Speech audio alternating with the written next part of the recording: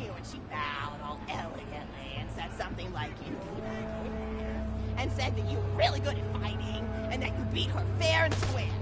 She didn't seem to harbor much of a grudge about it. Nice girl.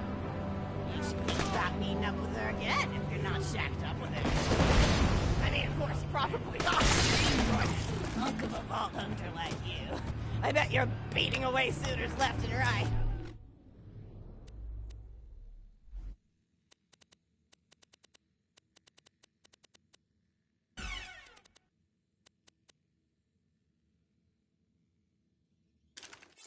You're blushing! Oh, I could just eat you up. Mr. Torg was so scared of trying to get a date for such a long time. He used to go to parties in high school and just stand in the back without talking to anybody. I am an introvert! I tried to tell him, I said, don't worry about chasing love. If you chase your dreams, then love will follow. See, that's the thing people don't get. You watch Echo films and they're just awful. They teach you that the only way to be with someone is just to pursue them over and over until they decide they like you. In reality, you know when you like someone almost immediately. You can't really convince somebody to fall in love with you. You just look like a stalker. But if you do things that you're interested in, like making guns that explode or killing mercenaries, then people will see that confidence and skill you have and they'll be attracted to it. There's always a fine line between that kind of confidence and narcissism, you know? There's nothing worse than somebody who wants to be famous. I remember when Mr. Torg first sold his weapons tech to that board of directors, he was pretty egocentric for a while. Taking pictures of himself and posting them to the EchoNet all the time. Trying to hobnob with every celebrity that used his weapons. He came back home one day with a supermodel under each arm, and I said, Mr. Torg, what are you doing? You've lost sight of who you are. It's been weeks since you actually created a new gun. And it was true. He'd been more obsessed with being well known for doing something great than with actually doing something great. It was a dark point in my life. Thankfully, High Five listened to me and got to work on what would eventually become the Kerblaster. You a fan of the Kerblaster? That was always my favorite. That and the Flacker, which I know a lot of people hate. But there's more to combat than just brute efficiency in this old lady's eyes. Style counts for something. And there's nothing quite like filling the air with tiny little explosions. It's like a fireworks show, except the deaths aren't as sad and unexpected. Actually, that reminds me, now that you're here, I wanted to throw some ideas at you for feedback. I'm a playwright in my spare time, and I'm trying to write a story about an up-and-coming tournament fighter who tries to find love in a gladiatorial arena. And I figure you've got a lot of experience, so your feedback would really be valuable. So the play is called Broken Hearts and Broken Men. Fade in on an arena, just after a battle. Body parts litter the stage. A lone warrior stands in the middle of the stage, a spotlight illuminating her blood-stained arm. She stands, holding her sword triumphantly aloft. Valkyrie. Is there no warrior who can challenge me? Must I be destined to spend my life as the strongest, the bravest, the most invincible warrior this galaxy has seen? For I am Valkyrie! Scourge of the gladiatorial games! Excellent, as she shakes her head in despair. From stage left, a janitor with a heavy heart and an even heavier conscience. He begins sweeping the body parts into a bin, which is colored green, and remember that because that's a symbol of the color that will come back. Until melancholy overtakes him. He drops his bush broom to the floor and falls to his knees before delivering a heart-wrenching soliloquy. The blood cannot be washed away. Not before and not now. Even as I attempt to escape the past, which haunts me still. Must I live forever as a fraud, sweeping up the trash of others to hide my shame and avoid my pursuers? Must I forever remain on the periphery of joyful combat, ever watchful but never participating? Then, the latter Valkyrie re-enters the stage. Good morrow, Lord Janitor. I heard a noise and thought it was a investigator. was nothing but the wails of those souls you released from their bodies tonight. Souls that wail in agony as they fly upward. What have they to wail about? Their agonies are over, ended at the point of my sword. Mine, however, have only yet begun. For it is lonely at top, and an unchallenged life is a bore. No, if only I were able to tell her my true identity, I would give her a life she'll soon forget. Oh no, you're leaving? I won't take up any more of your time then.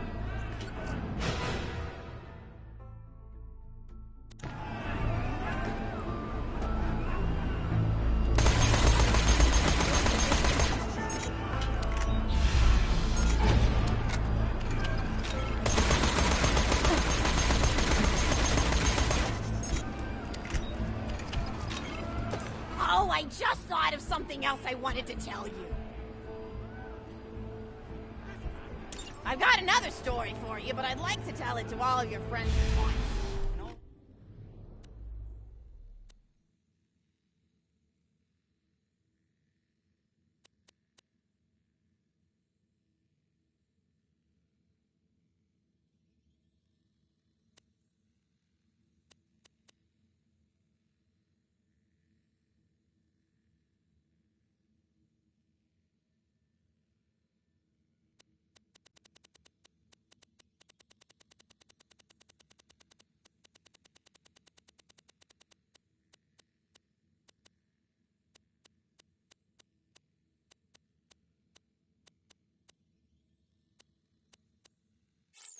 Me has to save the voice, you know.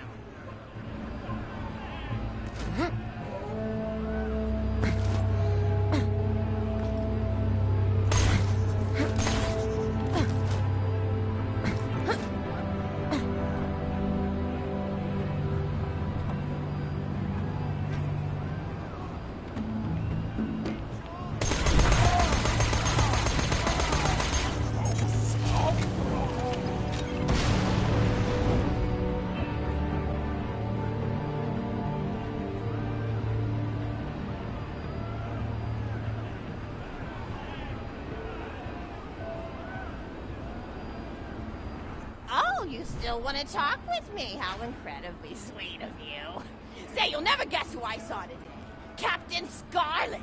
She was robbing my retirement home with a few other brigands, and I recognized her from her wanted poster, and I said, "Oh, hey, you fought the Vault Hunter, didn't you?" And she bowed all elegantly and said something like, "Indeed I did, madam," and said that you were really good at fighting, and that you beat her fair and square.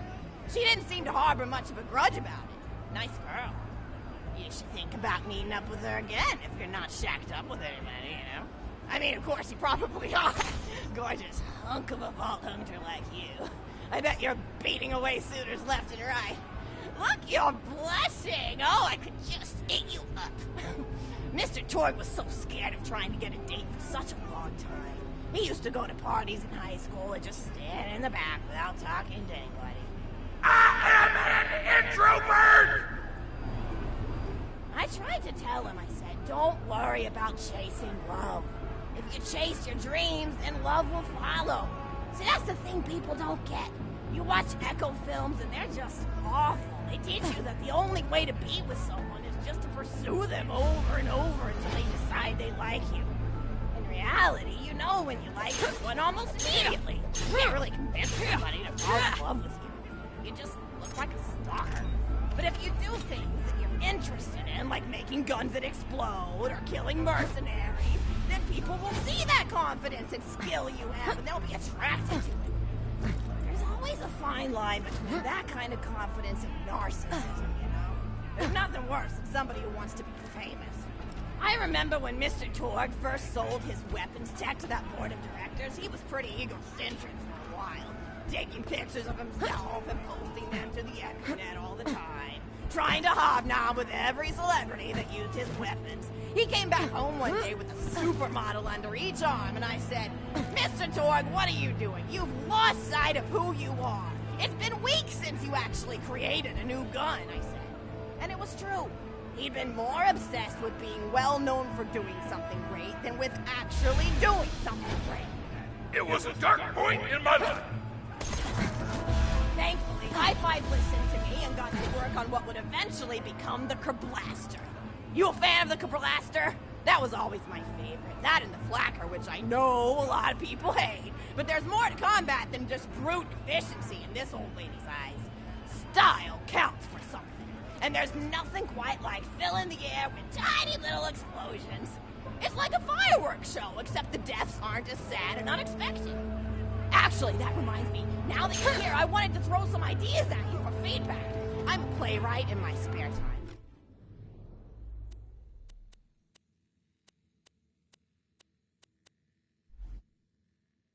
I'm trying to write a story about an up-and-coming tournament fighter who tries to find love in a gladiatorial arena. And I figure you've got a lot of experience, so your feedback is really valuable. So the play is called Broken Hearts, Broken Men. See, fade in on an arena, just after the battle. Bottom parts stay. A lone warrior.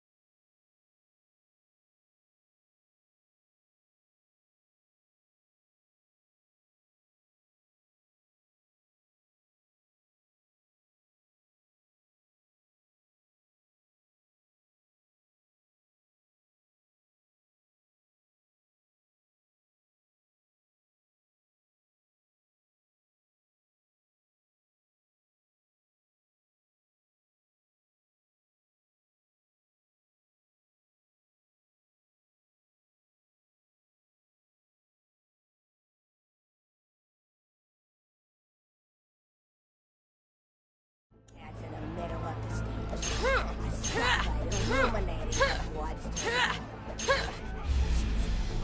holding her sword triumphantly aloft. Valkyrie. Is there no warrior who can challenge me? Must I be destined to spend my life as the strongest, the bravest, the most invincible warrior this galaxy has seen? For I am Valkyrie, scourge of the gladiatorial game!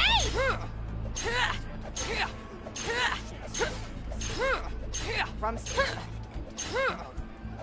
janitor with a heavy heart and an even heavier conscience. He begins sweeping the body parts into a bin, which is colored green. And remember that, because that's the symbol of color. Melancholy. He drops his bush probe to the floor and falls to his knees before delivering a heart-wrenching soliloquy. The blood cannot be washed away. Not before and not now. Even as I attempt to escape the past which haunts me still. Must I live forever as a fraud, sweeping up the trash of others to hide my shame and avoid my pursuers? Must I forever remain on the periphery of joyful combat, ever watchful but never participating? Latter, Valkyrie re-enters the stage. Good morrow, lowly janitor. I heard a noise and it's worth investigating.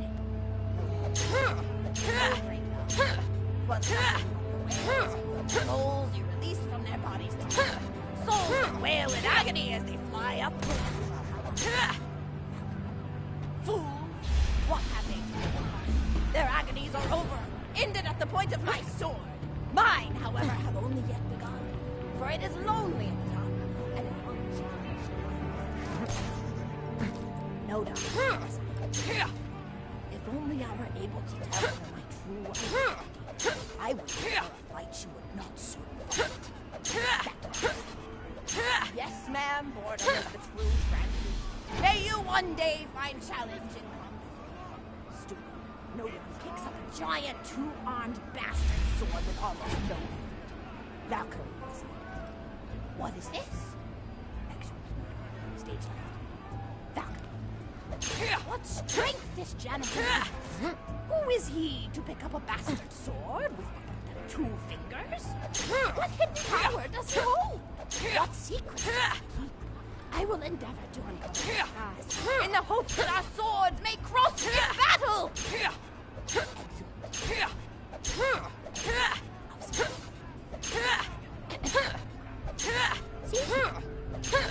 The interior of the governor's house. The table is set with myriad teas and biscuits. Oh, I'm so sorry. I didn't even ask you for the feedback on the first scene. Did you like it?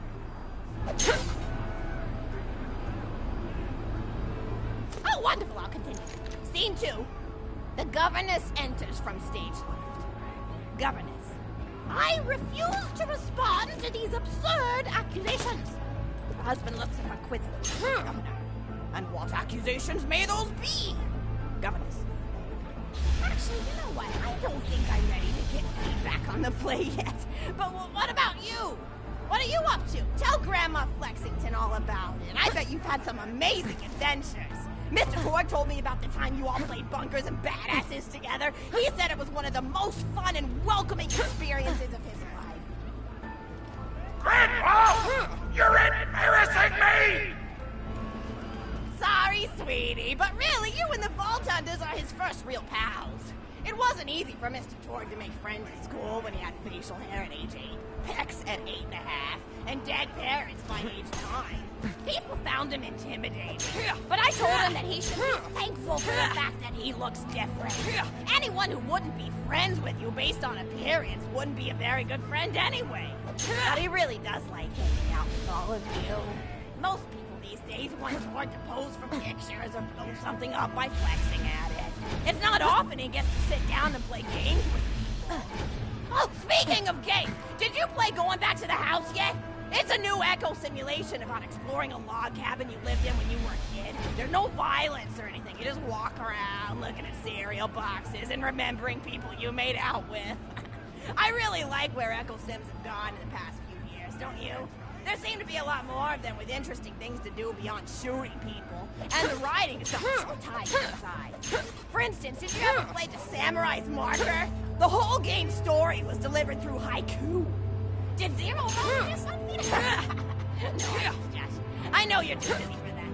But oh yeah, I was playing at the end of the Pointed Gun last night on my Echo Sim player, and wow, is that fun. It's about a guy who punches people and smacks himself in the face with doors. Easily one of the best punch-related comedy sims ever. But oh, I'm really looking forward to this game called Robot Hunter Assault Squadron, which is this big randomized survival game about throwing bottles at trees and accidentally scaring birds. In the demo version, I scared a bird so hard it died. 10 out of 10 in my book. But what kind of things do you do for fun? You play any sports? You look like you might be into some of the more extreme stuff, like spine hurdling or psycho head volleyball. I knew an athlete a lot like you when I was younger. Her name was Nijo, and she was especially gifted at the giblet toss. That's an old pastime we had back when I was younger. Idea was to punch a convict, and then see how far you could make their viscera fly across a big field. You got points based on distance and the size of the viscera. She won the final round of the giblet toss championship by getting a left eyeball to cross the 300-meter mark. They said she was juicing with Iridium, but I think they were just angry that she dethroned the reigning champ, misogynistic Jeff. You really liked him for some reason. Hey, what's your favorite food? Mine's burgers, personally. People look at you like you're a pleb or something when you say you like burgers, but just think of all the things you can do with them. You can change out the patty, play around with the toppings, change what sides you have. You ever have a burger with veggie chips? Gosh, I all but forgot about fries for about a year after I discovered the veggie chip combo. And I'm not a vegetarian or anything, but those veggie patties they make on the more upper class worlds are crazy good. Better than real meat if you cook it right. Mr. Tord tried to be vegetarian once after he saw a fluff bear get run over by a truck. How long did you last again? 12 seconds! Barely even finished the word vegetarian before he lunged at a skag chew I was holding in my left hand. Nearly lost a finger. Granted, he's always been partial to skag shoes or skag bacon. Don't know why, since I always felt like skags tasted like old tires and vomit. But to each his own. Taste is a funny thing. People say your taste buds get more refined as time goes on, but they actually get worse and worse. So when Mr. Torg used to refuse vegetables as a kid, it's because he was actually tasting how awful they were. When we old folks eat vegetables, we're only okay with it because we can't taste all the gross vitamins and stuff. Granted, vitamins are what have kept me going for as long as I've been going. You get enough B12 in your system and you can headbutt a freight train without so much as a bruise. That reminds me, I need to get my pills ready for the rest of the week. I have one of those little metal containers split into different sections for each day. It's really helpful. And the sides are sharp enough that I can use it to ward off burglars if I need to. What else do I have to do this week? Probably head to the bazaar, pick up some frozen spirit flanks. Gotta bring my coat, though, because it gets kind of chilly in the freezer section. What else do I need? Oh, I need Schwartzman's candy drops. Gosh, those are delicious. They're so smooth and sweet. Just thinking about them, I could go for one right now, couldn't you? Do you think you could go find me one?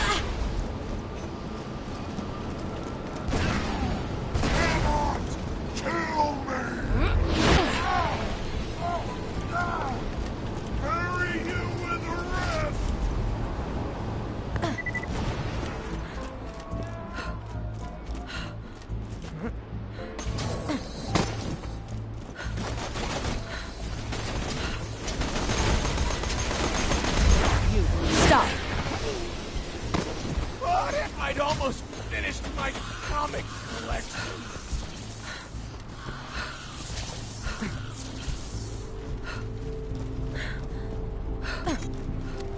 That's a Schwartzman candy drop. Grab it for me, will ya? Oh, I can taste it already.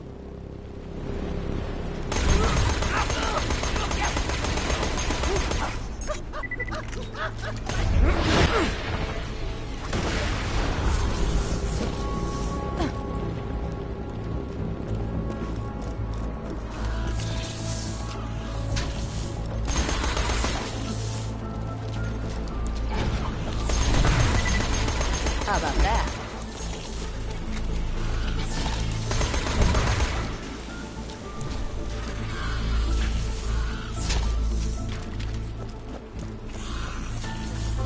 Oh, wonderful! Bring it back here and I'll finish my story.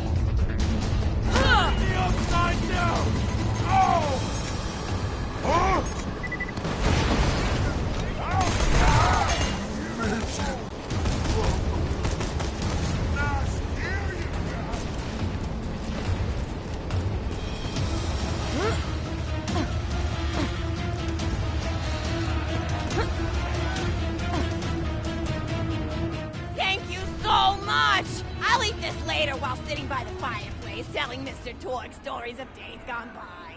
There's just nothing like a good roaring fireplace, is there? Something healing and safe. Maybe that's why our family likes explosions so much. They're basically just big fireplaces.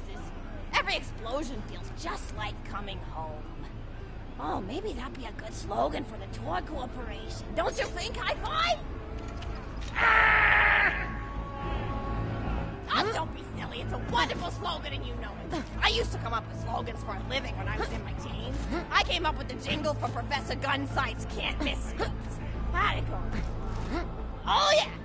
If you try to shoot but you miss a lot, then give Professor Gunsight Scopes a shot. Ha! And then they played a gunshot sound effect and someone going, ah! It was cute. But gosh, I've been talking for a while now, haven't I? Thanks for bringing your friends to listen to an old woman ramble for a while. I can't tell you how great it is to have somebody new to talk to, especially a vault hunter. Oh, and one more thing! No, actually, that could probably wait. Just something about vaults and the end of the universe. Anyway, here. I always spoil my friends, just like I spoiled my grandson.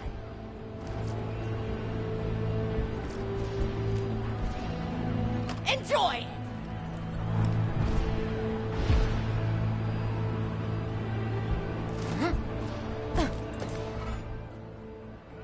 Conversation! Ow!